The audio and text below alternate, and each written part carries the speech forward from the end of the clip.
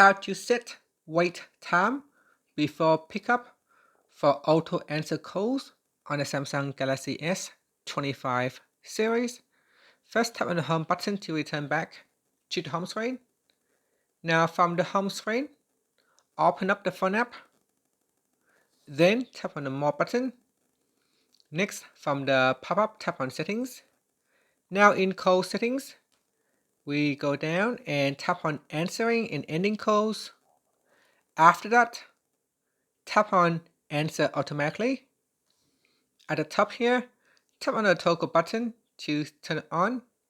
And then we go down and you can choose to answer the call automatically after 2 seconds, after 5 seconds, after 10 seconds, or you can even set a custom time. So here we can set it after 25 seconds. Tap on set. And that's it. Your phone call will now automatically answer after 25 seconds if you don't pick it up yourself. Otherwise, we can simply switch it off. Finally, tap on the home button to go back to the home screen. Thank you for watching this video. Please like and subscribe to my channel for more videos.